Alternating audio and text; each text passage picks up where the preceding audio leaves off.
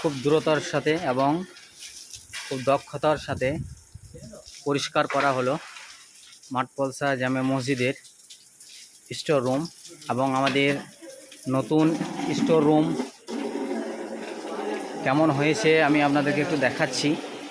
দেখেন, আমাদের এই টেবিলটা এখনও আসেনি, টেবিলটা আসবে এবং এটা আমাদের স্টাফ রুম এবং কমিটি থেকে সিদ্ধান্ত নেওয়া হয়েছে একটা অফিসের ব্যবস্থা করা, সেই জন্য আমরা এটাকে অফিস রুম হিসাবে ব্যবহার করব, যাতে মানুষের সুবিধার্থে এবং আমাদের সুবিধার্থে। ঠিক,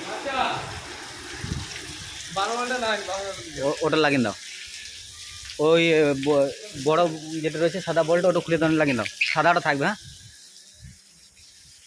এখানে শীতের মশলাগুলোকে রাখা হয়েছে।